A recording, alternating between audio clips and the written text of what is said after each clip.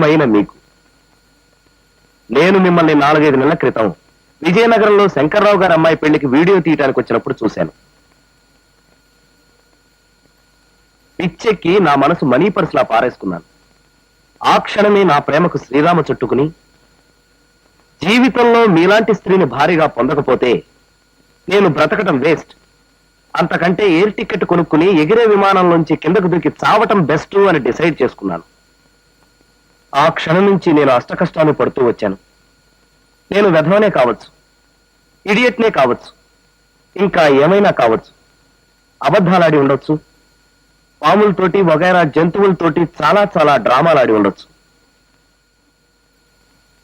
కానీ ఒక్కటి మాత్రం పచ్చి నిజం, నువ్వు లేకపోతే నేను బ్రతకలేను.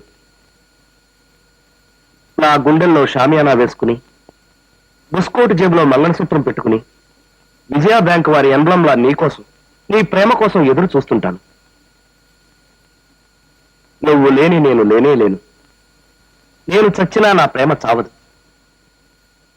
నన్ను నమ్ము, నన్ను క్షమించు. నీ పాదదాసుడికి ప్రేమవరం ప్రసాదించి కటాక్షించు. జై హింద్. ఇంతవరకు ఏ కబురు రాలేదు. ఒకవేళ పట్టుకెళ్ళి ఇస్తాన్న క్యాసెట్ చౌక ధరగా వేసుకోలేదు కదా. చెత్త క్యాసెట్లు ఎవరు కొంటారు? మీరు నోడిపోయండి.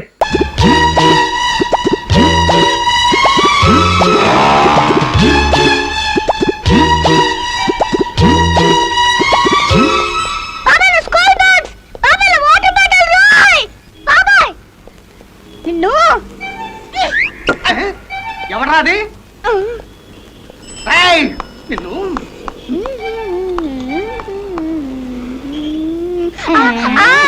ఎందుకేసావరా? అది అది బాబాయ్. నన్ను బాబాయ్ అంటావా? దేన్ని చూసి బాబాయ్ అంటున్నావు? ఫ్రంట్ ని చూసా, బ్యాక్ ని చూసా, ఫేస్ ని చూసాం. అది మాట్లాడకు. ఏ స్కూల్ రానిది? పాఠాలు నేర్పుతున్నాడు, రాళ్ళతో కొట్టడం నేర్పుతున్నాడు. మీ మాస్టర్ సంగతి తేల్చేస్తాను. ఎక్కడ రా నీ మాస్టారు? టీచర్ అండి, నేను పిలుచుకొస్తాను, మీరు ఇక్కడే ఉండండి. అక్కర్లేదు, నేనే వస్తాను. పద. తప్పు కదండి, మా టీచర్ కంటే మీరే గొప్ప కదా. అందుకే మా టీచర్ మీ దగ్గరికి రావాలి. లెస్సగా పలికితురా, పిలుచుకురమ్ము. ఒరే ఆమదమ్మవాడా, హోంవర్క్ చేసావా? లేదు సార్. ఏమొచ్చింది? మా నాన్నకి ఫీవర్ వచ్చిందండి. మీ నాన్నకి జ్వరం రావడానికి నువ్వు హోంవర్క్ చేయకపోవడానికి ఏమిటా సంబంధం? మరి మా నాన్నే కదండి నాకు హోంవర్క్ చేసి పెట్టాలి. బడుద్దాయి రాస్కల్. సార్, మీకోసం పోలీస్ వచ్చాడు, మిమ్మల్ని రమ్మంటున్నాడు. పోలీస్ ఏమిటా? పొరంబొక్క విధవా, పోలీస్ ఏమిటి? మరి మీరు నిన్న కొట్టారుగా, అందుకే మా బాబాయ్ పంపించాడు. పోలీసే మమ్మల్ని కొడతాడంట. ఎక్కడ్రా పోలీసు? అదిగో.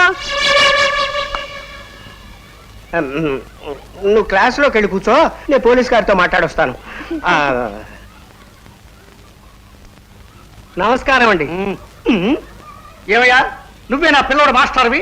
చిత్తం నేనేనండి. ఈసారి నన్ను క్షమించి వదిలేయాలి. వదిలేయడానికి కొట్టింది ఏమైనా చిన్న తప్ప? పాఠాల సంగతి తర్వాత పిల్లల్ని పద్ధతిగా చూసుకోవాలి. చిత్తం దాన్నే ఉందిలేండి. రేపటి నుంచి హోంవర్క్ కూడా పెద్దగా పట్టించుకోం. బెత్తం కూడా ఇవాళ అవతల పారేస్తున్నాను. మీరే చూస్తారుగా మార్పు. నువ్వెక్కడ మాలోకనయ్యా? మా అంటి ట్రాఫిక్ టైము ఇదే రోడ్డు మీద అయితే 5-10 సంపాదించుకునేవాడిని. నీ పాలు పడిపోయాను. ఈసారికి ఇలా కానివ్వండి, పక్కవాడిని మీరే చూసి ఉన్నట్టు వదిలేయాలి. అయ్యా,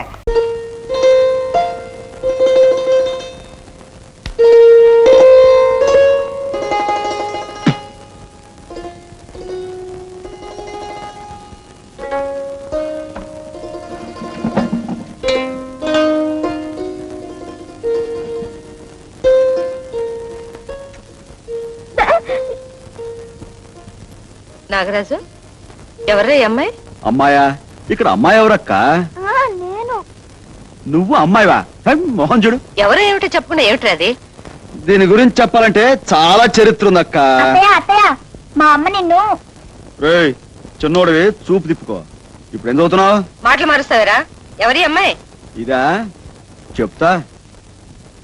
ఇది ఒక పెద్ద పిస్త, పక్కపేడ జంత్రి, మహాకంత్రిదనుకో. సమయానికి నేను వెళ్లకుండా ఉంటే దీని బతుకు మట్టాష్ అయిపోయి ఉండేది. ఏమిట్రా తలతిక్క ఒకడు? ఎవరమ్మా నువ్వు? అర్ధరాత్రి కత్తులు బొడ్లో పెట్టుకుని పెద్ద పుడింగ్లా తిరిగావే అప్పుడు ధైర్యం ఇప్పుడేమైంది పోరా పోరా అవతలికి.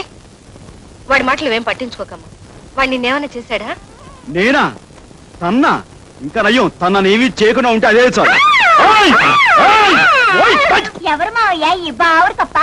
ఇదా కప్పల చెరువు దగ్గర పిత్త పరిగెలు ఏరుకుంటుంటాను పట్టుకొచ్చా. రేయ్, నువ్వు నోర్మై. రేయ్, ఇంటికి పోరా. నువ్వు చెప్పమ్మా. మరేమోనండి నన్ను ఒక రౌడీ బదులు బలాత్కారం చేయబోతుంటే ఈయనొచ్చి కాపాడాడు. పర్వాలేదురా, అప్పుడప్పుడు నువ్వు మంచి పనులు కూడా చేస్తావు. చాలా చాలా మంచి పనులు చేస్తుంటాను. ఏమ్మా, నీకెవ్వరూ లేరా? ఎందుకు లేరు? దొంగ కూలు పట్టేవాళ్ళు జోబులు కొట్టేవాళ్ళు చాలా మంది ఉన్నారు. రేయ్, నువ్వు చెప్పమ్మా. నేను ఒంటరి దానండి, నా అనేవాళ్ళు ఎవరు లేరు. అర్థమైందమ్మా. తోడు లేని ఆడదాని జీవితం ఎంత నరకమో నాకు బాగా తెలుసు. కన్నవాడు, కట్టుకున్నవాడు, తోడబుట్టినవాడు ఎవరో ఒకరు ఆడదానికి అండగా ఉండాలి. నీ పేరేమిటమ్మా? గీత. గీత. అడ్డగీత నిలువు గీత. రాజు, వాడి మాటలేం పట్టించుకోకమ్మా. ఈ రోజు నుంచి నువ్వు మా ఇంట్లోనే ఉండు గాని. అలాగేనండి.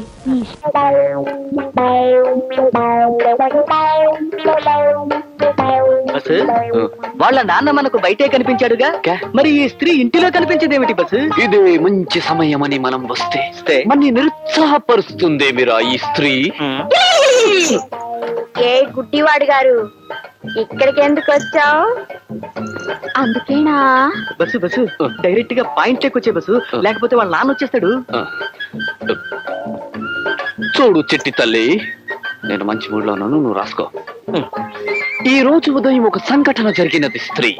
నేను ఒక జ్యోతిష్కుడిని కలవడం సంభవించినది స్త్రీ. రెండవసారి కూడా స్త్రీ. ఆ జ్యోతిష్కుడు నాకు అశ్విని జాతి స్త్రీతోనే కళ్యాణం అవుతుందని మనవి చేసిన స్త్రీ. ముచ్చటగా మూడవసారి కూడా స్త్రీయే. కానీ నా మనసంతా నీవీదే ఉన్నది స్త్రీ. ఈ స్త్రీ. కానీ నువ్వు అశ్విని జాతి స్త్రీ అని నేను కాదు, శంకిని జాతి స్త్రీ అని వీడు. ఇద్దరు వాదించుకున్నాం, నా. ఇక్కడికి వచ్చాం. క్యాం. ఇంతకీ నువ్వు అశ్విని జాతి స్త్రీవా? ఆగు బస్సు, లేక శంఖిని జాతి స్త్రీవా? నేను ఏ జాతి స్త్రీనో నాకెలా తెలుస్తుంది?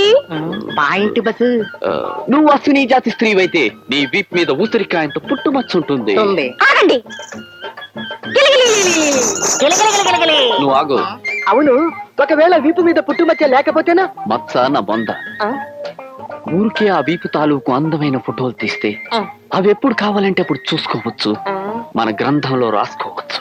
బస్సు. Okay okay. గుళిక 612 ఉందా?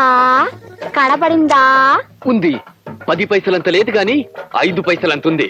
ఒరేయ్, సగం నేనే గెలిచాను. కాదు బస్సు, ఈవిడ ఖచ్చితంగా శంఖిని జాతి స్త్రీయే. ఆ జాతి స్త్రీలకు మోకాలి పైన జామకాయ అంత పుట్టుమచ్చుంటుంది, కావాలంటే చూసుకో బస్సు. ఆగండి.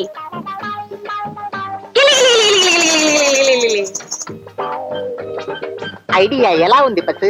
బ్రహ్మాండంగా ఉంది. మొత్తం అందాన్ని కింద నుంచి పైదాకా చూడొచ్చు. కెమెరా రెడీ చేశాను, దొరకగానే నొక్కేస్తాను. గుళిక 613. చూసుకుంటారా?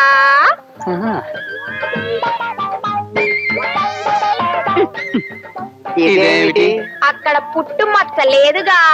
నీకెలా తెలుసు చెట్టి తల్లి? రోజు స్నానం చేసేటప్పుడు నేను చూసుకుంటానుగా. ఇప్పుడు చెప్పండి, నేను శంకిని జాతి స్త్రీనా, అశ్విని జాతి స్త్రీనా? ప్రస్తుతానికి నువ్వు అశ్విని జాతి స్త్రీవే, అంటే నా స్త్రీ అన్నమాట. అయితే ఈ సంగతి మా నాన్నతో చెప్పాలి. నానా, నానా, నానా.